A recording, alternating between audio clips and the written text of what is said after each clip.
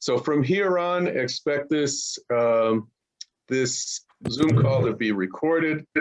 We are going to repost this part, and so expect that you are on recording from about here on. So Timothy, could you take a moment and introduce yourself? Good evening, good afternoon, everybody. As Don mentioned, my name is Timothy Douglas, and I'm a member of the OEA bargaining team. Good to see you all tonight, and thank you for having me here. I've been a teacher in Oakland for the last 10 years. I started in kindergarten and taught kindergarten for 9 very special years, and this year I actually looped up with my students to 5th grade, which was a different experience, but very special to have my former kindergarten students who are now on the verge of going to middle school and flourishing into young adults. In the fall of 2020, I was voted to the OEA bargaining team as the pandemic hit in March of last year, and we made it to the summer. We began bargaining in the summer and through the fall. We have a big bargaining team, a strong caucus. I was elected as the representative for early elementary, K-5. Our team has SPED representation, visual and performing arts, nurses, elementary, middle school, high school. We're really proud of our bargaining team that we've put together a diverse group of folks who represent Oakland.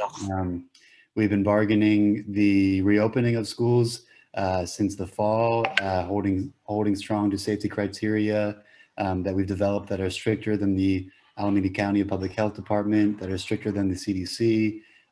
We reached a tentative TA with the district at 3 a.m. on Saturday morning after many, many long days of bargaining. And kudos to our team who are bargaining and teaching and working and living.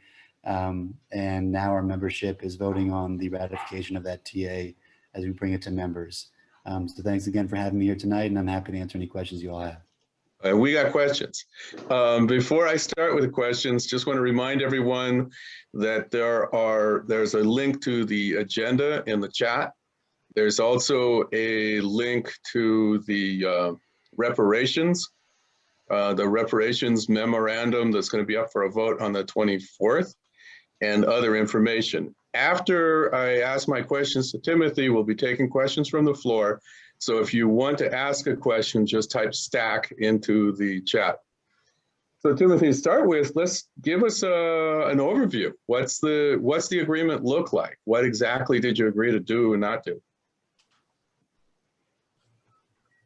It really is from our safety criteria. So ventilation, HEPA filters in every classroom, guidance for the maximum amount of students that could be in every classroom, contact tracing, testing every 2 weeks for staff and students, PPE obviously, and pushing that a return begins with a voluntary phase for members who are vaccinated to build trust between OEA and OUSD. We know that there's a lot of room for growth and trust in the district, and we believe that a voluntary phase would allow us to make sure that safety criteria were being upheld.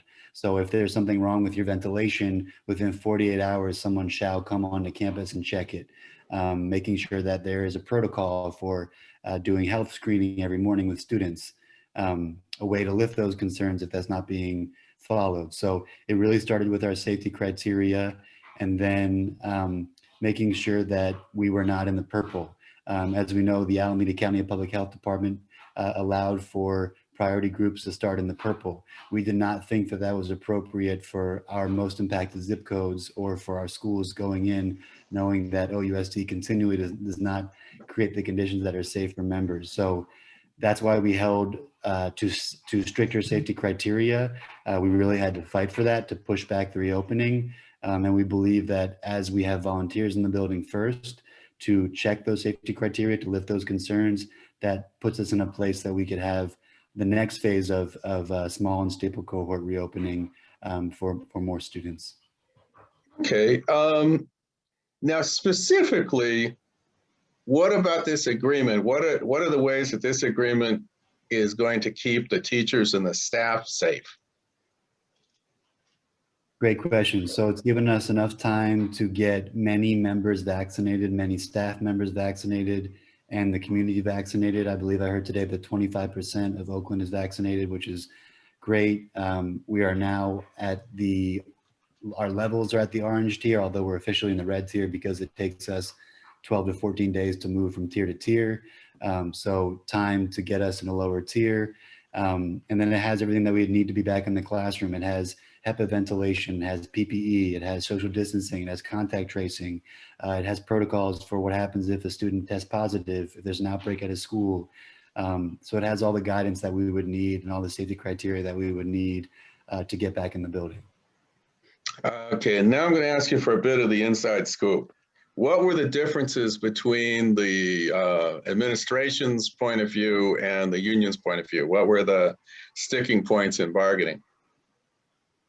Another great question. So the district defaulted to CDC guidance and Alameda County Public Health guidance, which, for example, said that in-person instruction doesn't require vaccination, or that could be in the purple.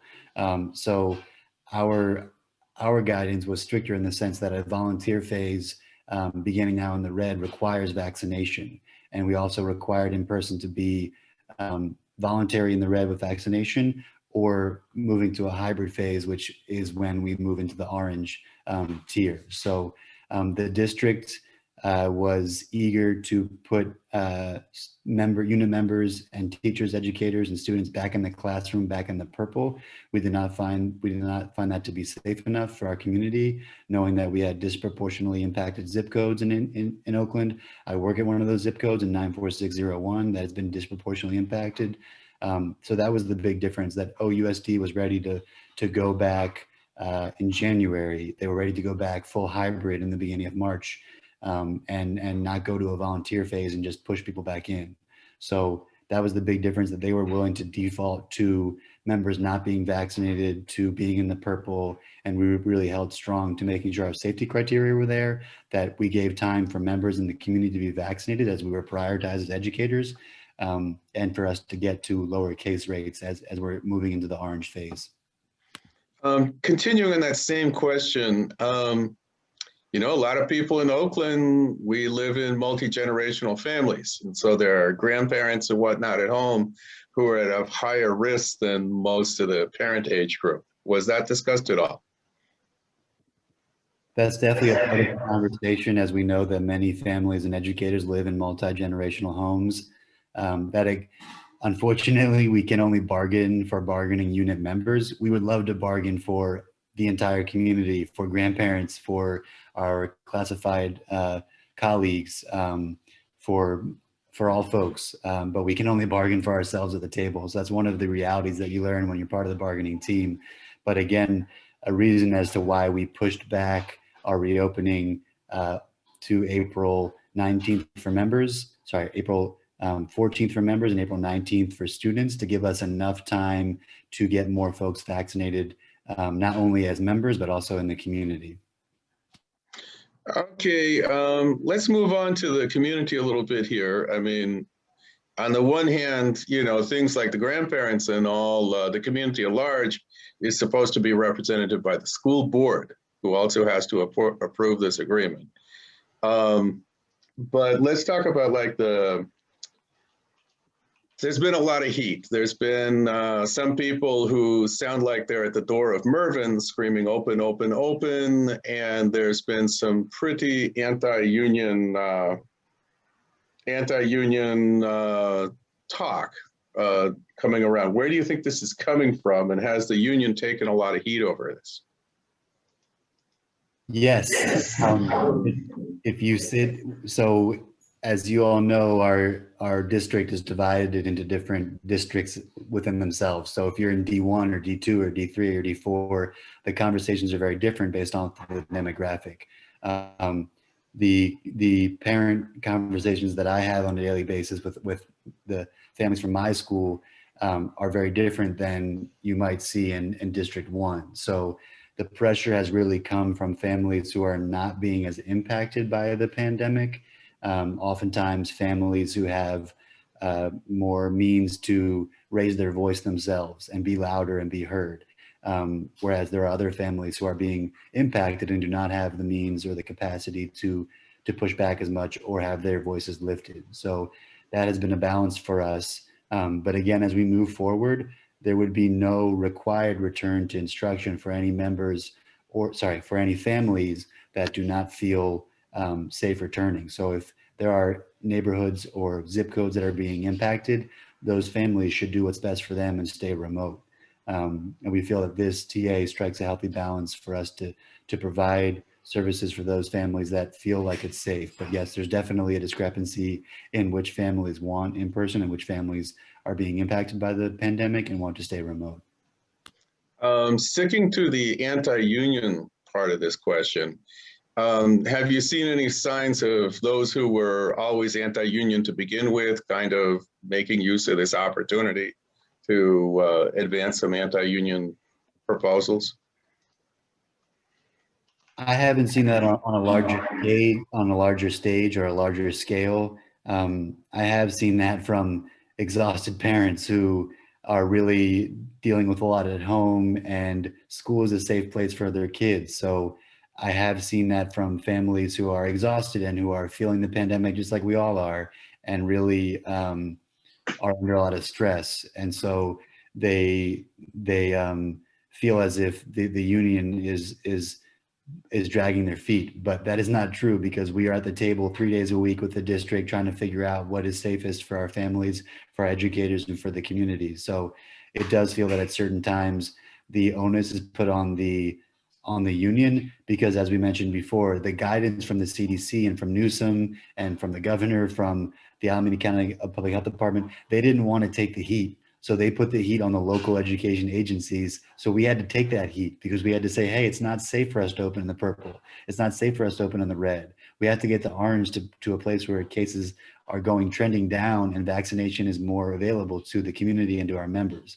So that was where we took a lot of the heat, is that the Alameda County Public Health and the CDC, their guidelines are much looser in saying that members don't need to be vaccinated, that you can go back with the right conditions, but you don't trust OUSD to provide those conditions. So that's why we had to stick so hard to our criteria and pushing back the timeline for reopening. Okay, so finishing up with this, obviously not every teacher or OUSD employee likes this plan, so it's coming up for a vote.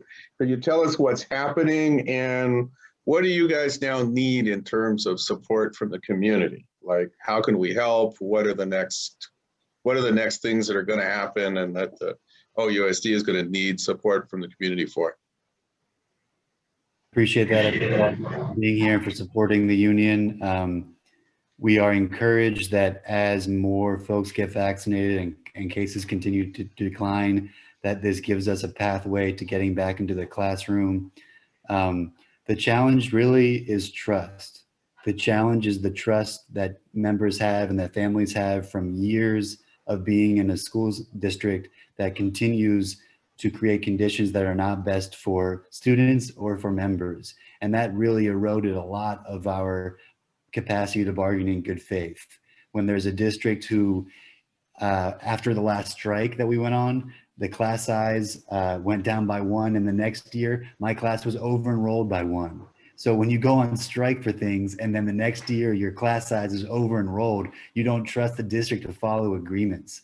So that is the biggest thing that our members are facing right now, is that they just don't trust any agreement that we bring to them. And so we're trying to build a pathway to getting back into the building and trying to build that goodwill with OUSD. But as I'm sure everybody in this room has experienced at some point, there are shortcomings. And so trust is one of the biggest things that we're trying to build as we move forward and bring the entire membership to a place where we can move forward and provide in-person instruction. Well, I would add, as a parent, we've had trouble trusting the OUSD to do things as simple as clean the bathroom.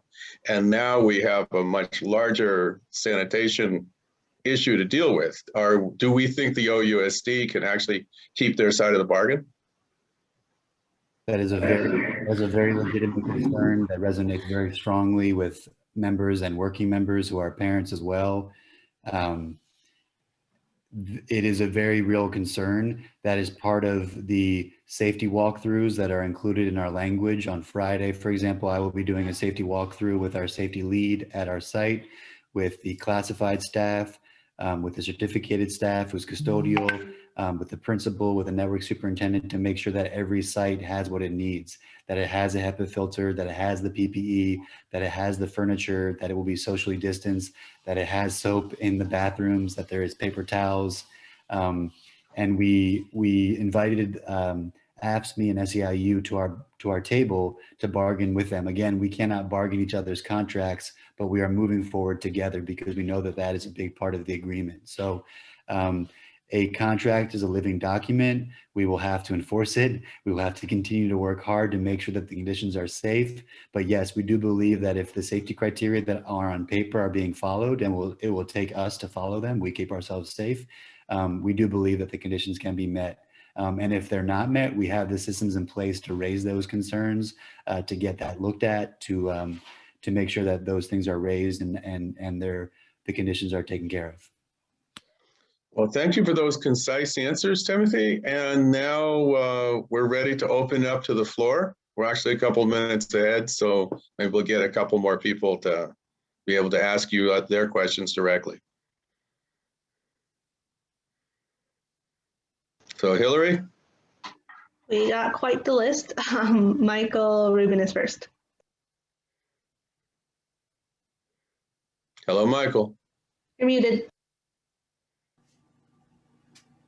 Okay, can you hear me now? Okay, I have two questions related.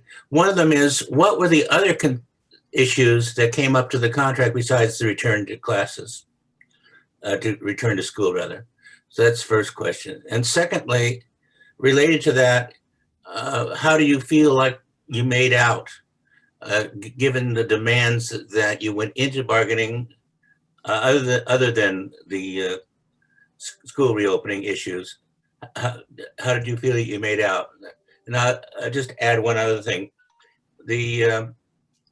Over the years, the district has not been in compliance with the education code about the 50% spending in the classrooms.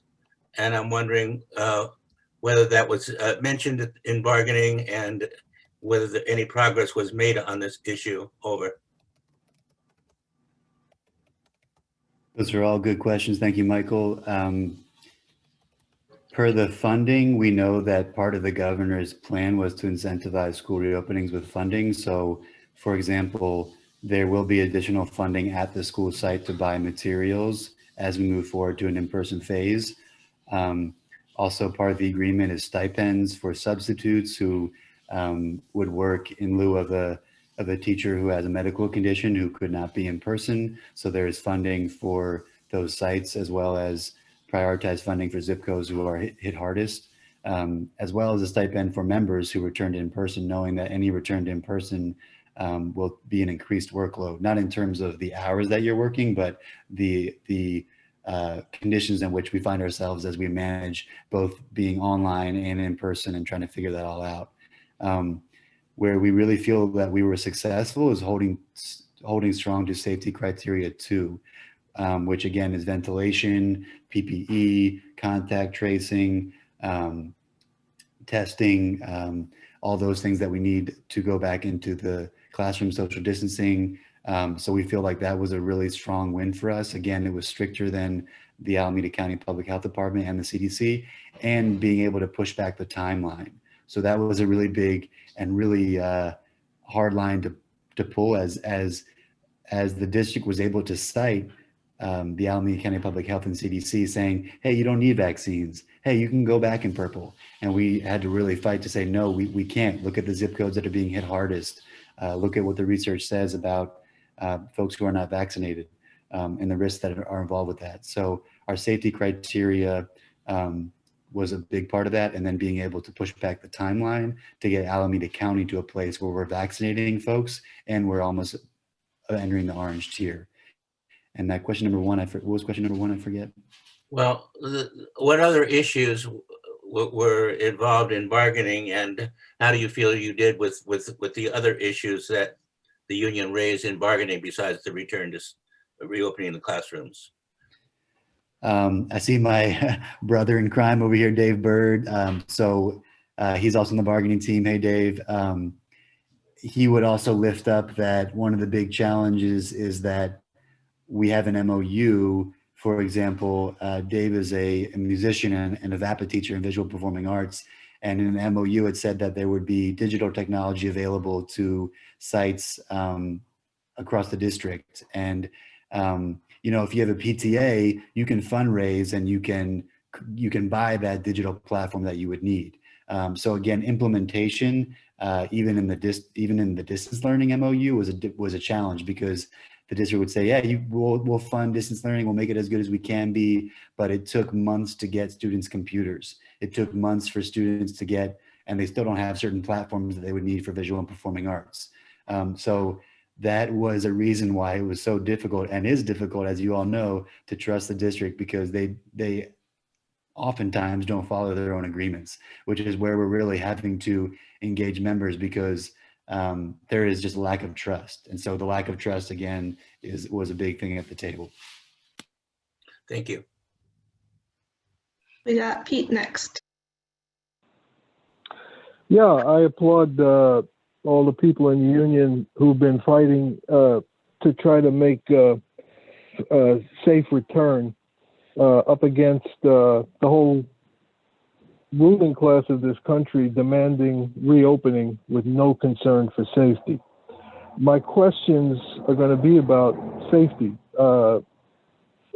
Having studied the situation of reopenings in New York City, Chicago, what they're trying to do in LA, and around the country, the CDC guidelines, especially on the issue of ventilation, are very cavalier and unrealistic. And this thing spreads like wildfire if Pete, please ventilation. make it quick. Please make it quick. We've got a lot of people that are trying to talk. Okay.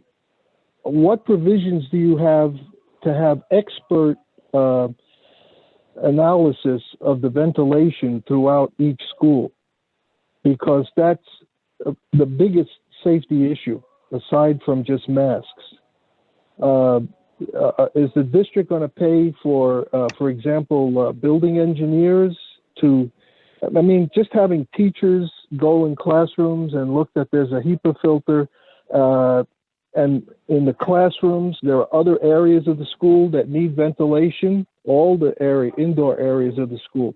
What provisions are there to make sure? I'm going to call time, Pete. We need to get Timothy answering and moving to the next people.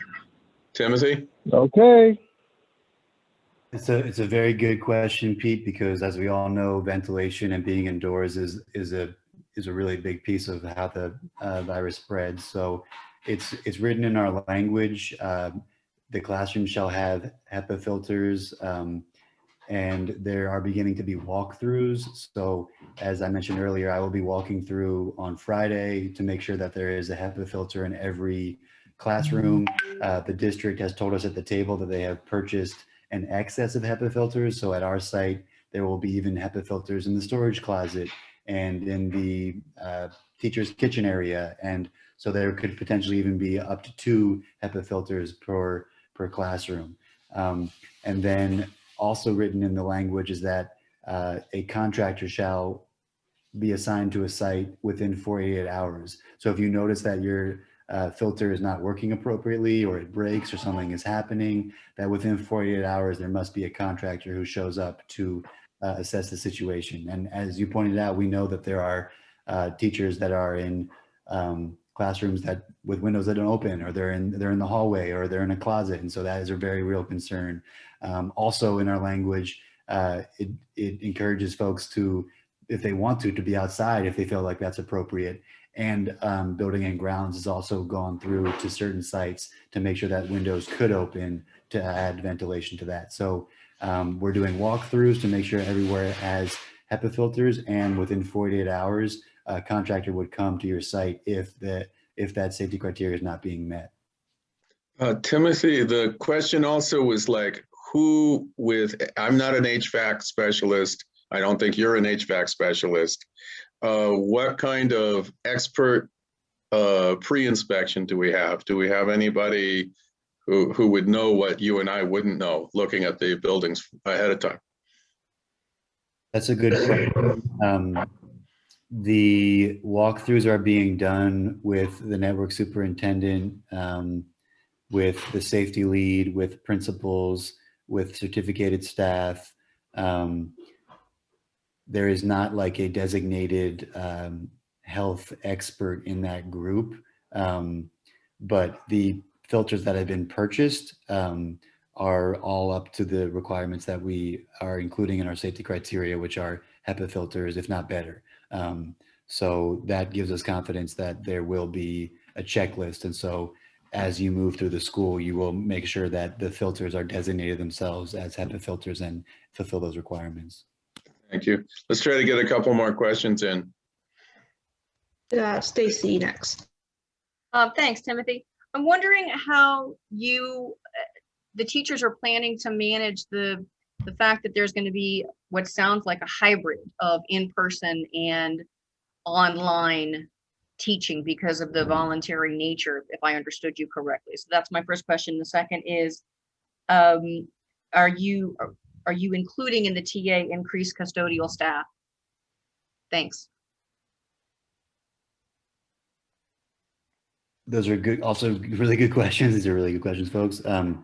So the a pain point of our current TA has been that we don't have a confirmed schedule because we did not want to assume and we wanted to respect members' professional discretion. So for some members, they are totally comfortable with the idea of teaching in person and live streaming a class on Zoom. For some members, that sounds like an awful idea. For some members, they'd like to say, hey, I would like to share my distance learning teacher with this site who's also dual language, or I want to share this specialist who's a musician with that site distance. So there are creative ideas that we are going to bargain in the next round of bargaining impacts that will break down and give us more clarity about the scheduling, because we know it will be a really heavy lift for districts that have gone hybrid.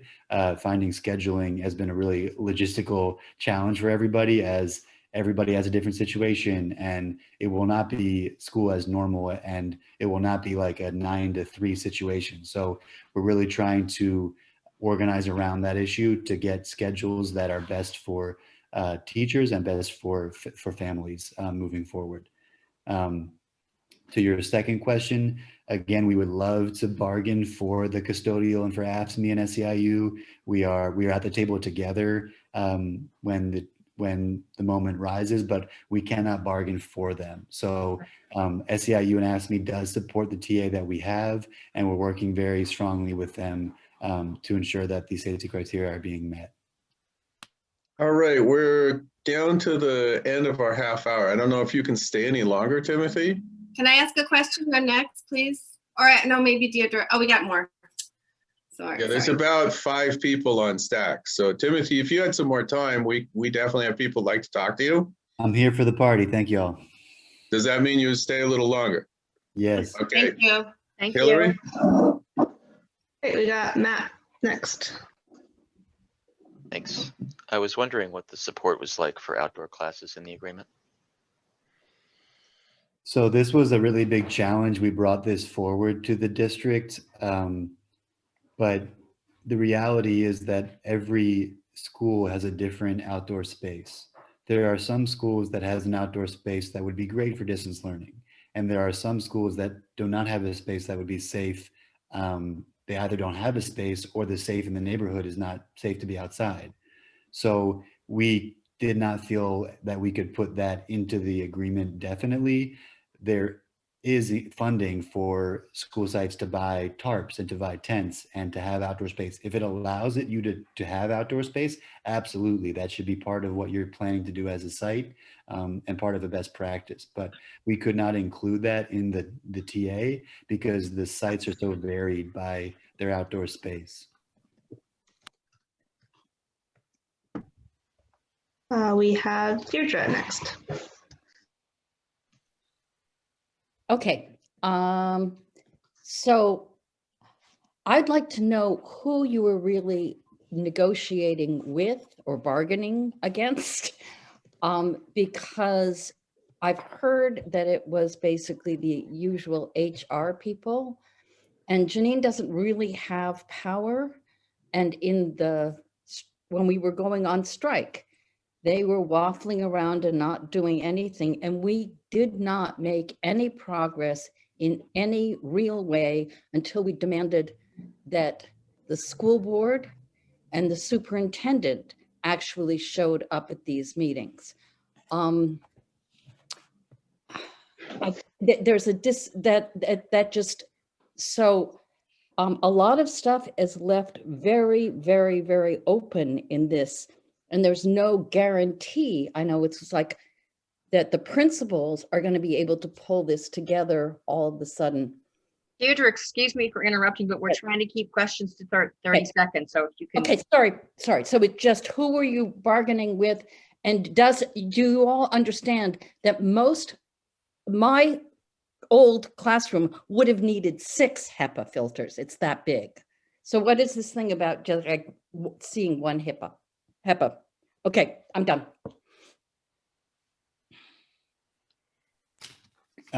Appreciate the questions. Thank you, Deirdre. In terms of who was at the table, yes, that was something that we put pressure on the district to bring the superintendent and to bring more of the executive team to the table when we found the time was appropriate. We have a pretty exhaustive bargaining schedule.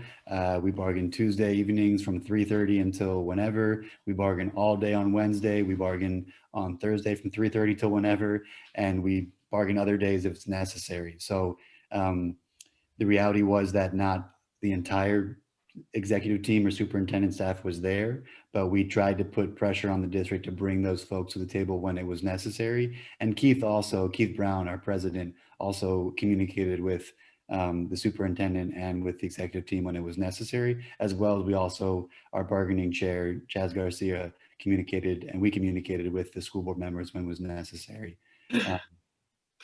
And your second question about, so that guidance is in the classroom capacity guidance. And so if there are rooms that need more than one filter, absolutely, they will have more than one filter. That must have been a big classroom if you needed 6 filters, so that's great. But our intention is to make it as safe as possible. And this is the catch-22.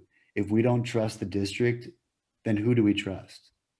Because we can have language as good as we want it to be, but if we don't trust it, who do we trust? We have to trust ourselves. So that's where we have to step up and have our safety leads and have our members implementing our safety criteria and holding each other accountable and holding each other to the safety standards that we have.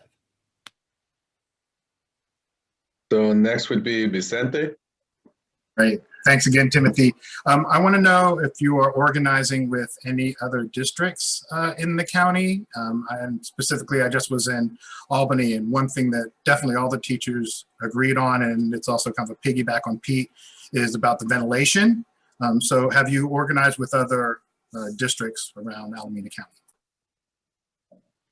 Yes, there is a group called CACS, California Association of Community Schools, that has developed a common bottom line in terms of the safety criteria that we would need to move forward to a pathway to in-person instruction. We definitely are borrowing and exchanging language from locals that we appreciate and feel like helps us at the bargaining table. The reality is also that different districts have different dynamics. Some school districts do not have parent pressure to go back at all. Some districts have a school board that voted to go distance learning the whole year. We do not have that dynamic in Oakland. So while we share best practices, our own dynamics are our own dynamics. And so we move forward together as we exchange ideas and are in communication, but we also have to face the reality that we're in and bargain what's best for our own community. Okay, so we have closed stack, and thank you, Hillary, for keeping the list. If I understand right, the next person is Caroline. I thank you. I'll be as quick as I can. I have 2 points. I want to talk about outdoor classrooms, and I hope that you don't just like table that because some school sites might not have adequate sites. Maybe for those school sites, they could go to Kaiser Elementary School, Santa Fe, or Sankofa. Closed schools are now open, and maybe those children could be moved to sites that have lots of outdoor space. my kid's going to Oakland Tech next year. I hope that he can be outdoors and in a classroom with fresh air. That would be my number one safety for the kids. We know if they're outdoors, it's a lot more safe. So I just want to say that, and please see if there's a way to keep advocating for outdoor sites. And I read somewhere, I'm going to change to this idea of vaccinating. I heard, and I think it was actually from the OEA, from Keith's statement, that now families will be vaccinated. Like we think the teachers will, but also the community. I'm not really sure that that's true. We have like a pretty slow rollout in Oakland for a lot of families. Of course, I want everybody to have their vaccine. We need Caroline, to please. yes. So my point is, we need to get Kyla and OUSD and the state to provide the school sites as vaccination sites for all the community, the families. So not only they're sending their kids to schools, whole families can get vaccinated, and also push for the kids to get vaccinated, to get those tests, so our kids can get the vaccine as soon as possible. Like I know the age hasn't dropped to 16 now, but as soon as we can get our kids vaccinated, it'll be much safer for everybody. Thank you. Okay. Timothy, you'd like to comment on that? That was more of a contribution to the conversation than an actual question for you, but would you like to comment on it? Yes, Caroline, those are great questions and great comments. As much as sites can utilize outdoor capacity, that is absolutely in the plan. There's nothing stopping anybody from being outdoor. In fact, there will be funding at sites to purchase materials for outdoor classrooms. So the reality is we couldn't bargain for that because it can't be guaranteed at every site. In terms of using other sites, that would have to be figured out with the impacts of bargaining, because we want to make sure that there are stable cohorts. We don't want there to be all of a sudden students at a different site and not have stability. So outdoor classrooms absolutely are part of the conversation as we move forward, and they will be utilized. In terms of vaccinations, that is, again, a huge piece of why we held hard to a date that is in the orange reopening, to allow for another month for members to get vaccinated and for the community to get vaccinated. I can speak for my zip code where I teach in 94601. La Clinica is vaccinating 30 families per week. So by the time that we potentially reopen for families, our entire school community could be vaccinated. So there definitely is more coordination between the city and OUSD and OEA and the schools to get families vaccinated. I believe that as we move forward together, there'll be more and more vaccination. The other part of that is we cannot oblige and force families to get vaccinated. There are still families who will not choose for their students to get vaccinated. So that's, again, why we had to push back on safety criteria too, being very, very strict, and pushing back the reopening so that rates can go down.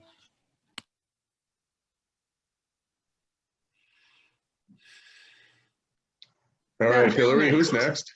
We got Bill next, and then Dave after that. Hello. Hi, I personally thank him and Dave, who's on the meeting, and all the bargaining team members. As a member of 3 different OEA bargaining teams, it's nonetheless hard for me to imagine what bargaining has been like under these conditions. My question in a way ties in with something Carolyn mentioned, and been a concern and was reinforced at the Rep Council yesterday, which is members who do not feel they can come back and or will not have vaccinations. Chet has talked about people taking leave, but my main concern, I know this goes beyond the letter of the DA, is the possibility of a mass exodus of people. And one related thing is the attempt, I know you mentioned the substitutes before, the attempt by the district, possible attempt, to plug in more and more substitutes if there are people who do not come back. So I'll leave it at that. I have many other thoughts and questions, but that's sufficient. Yeah, the challenge is that things are changing daily, and the dynamics and Logistics still need to be figured out. Leave still needs to be bargained. So that is the next phase. If we pass this TA, that leave still needs to be bargained. Our substitute caucus and our representative Rosanna Thomas. We love Ms. Rose. She fought very hard to make sure that substitutes would be compensated, would be included in this deal. And we see that as a part of providing services for in-person for students. We know that there will be a different demand based on the school site for how many students would opt into a site. And we know that that will look different. So we see our colleagues, our substitute colleagues as an important piece moving forward. Again, this is a temporary situation. We have to think big picture, and we have 2 weeks until spring break, and then we have 7 weeks until the summer.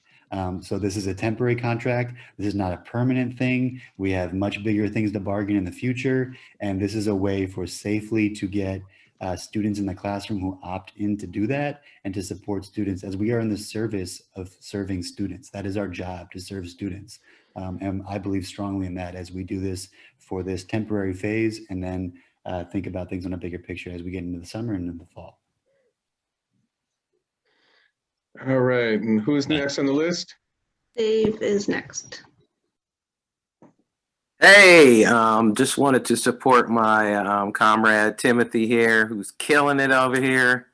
I could have been doing something else with watching this Warrior game, but I just wanted to share an anecdote because I teach remotely from campus, and Skyline, Oakland Tech, and my site, Oakland High, are the largest campuses, and where we'll have the most potential people accessing in service on the student and the teacher side. So I just wanted to share, the district and OEA has a third-party engineer in place going around to do joint verifications. I saw them on campus yesterday.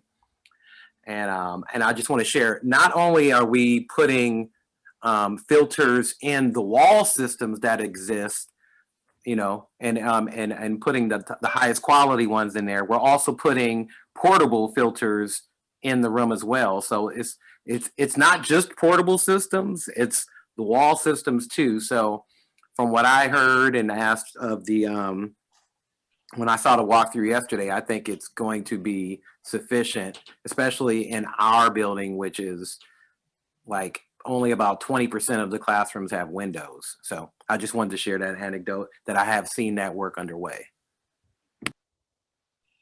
Okay, so other than a thumbs up, do you have anything else to say, Timothy? We have. I appreciate that, and that's the type of action that we need to see. We need to see, and we need to have walkthroughs, because all of us here have a limited amount of trust in OUSD. So we need to see with our own eyes, and I'm glad that Dave reminded me that there is an expert who will be checking the filters and ensuring that is true. Not only just having a filter in the room, but actually installing it into the ventilation. That's even better. So I'm motivated, and I believe more and more in the language as we have these walkthroughs to ensure that the safety criteria are in place, because the contract is a living document and we need to enforce it. Okay, so before we go to our last questioner, and that's to say the next one is the last, I'd like people to take a look in the chat. I put in the link to our website. We are going to be we have recorded this, and we are going to be posting it, and you can get the link to the posted version of this conversation from our website. You can also go there and get on our mailing list and see what our other activities are. So that's our plug for your host tonight.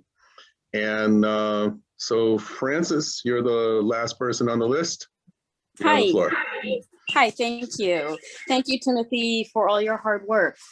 You've referred, I'm very concerned with the hybrid models. You've referred a couple times to the next round of bargaining. How does this TA guarantee that OUSD is going to negotiate the details of the hybrid model? Because I don't see where we have leverage. How does this TA guarantee, if I vote yes, that we have leverage and they will bargain the hybrid model? It's a very real concern, Francis, and I appreciate the question. It's in the language of the TA that we will bargain the impacts. So we did not spell out the impacts because we thought we don't want to lock ourselves into a hole and say, oh, we're only bargaining schedules or leaves, and then something comes up and we don't know what that is and we can't bargain it. So it says the impacts, and in the impacts, that is scheduling, leaves, whatever else we need to bring to the table to make it best for members. So it is in the TA, and we are ready to bargain and be back at the table for very late nights. I know Dave's eating his tacos, getting ready for next week to the next step. As members are moving forward, and as we move forward together, we know that we have a strong collective action that we can move forward with scheduling and everything else we need to bring as we bargain impacts. Okay, that was my confusion because I'm not seeing that in the TA. You're saying that if I vote yes, this is not a blank check, and the district absolutely cannot come back and impose a hybrid schedule on us, that they have to bargain the hybrid schedule and the instructional minutes? I didn't see that. Yes, they must? Yes, that's why it's in the language that the impacts must be bargained. Okay, well, she's not the only one confused because there was one more person on stack. So Timothy will bear with us, and let's give the floor to Melissa. Thanks so much for answering our questions and making such excellent points, Timothy. I appreciate it. I had a question about unoccupied buildings that are owned by the district. Has there been any discussion at all about using them for purposes of social distancing? I'm thinking specifically, of course, of Kaiser, but also Roses in Concrete in my neighborhood, I believe, is completely unoccupied now. And I'm just wondering if that's entered the discussions at all. I have not heard that at the table. I'm not sure if Dave has heard anything, but if it's something that we want to organize around, you know, we are going to continue to organize and move forward to bargain the impacts of in-person instruction. So if it's something that there's a collective energy around, bring it to the union and we'll see what we can do. Okay. All right, and with that, we close. Thank everybody for what's been a very intelligent discussion. Timothy, thank you for coming to represent your union and your bargaining team. And thank you for everything. So with this, we're going to close this part of the meeting and end the recording. Timothy, if you have any last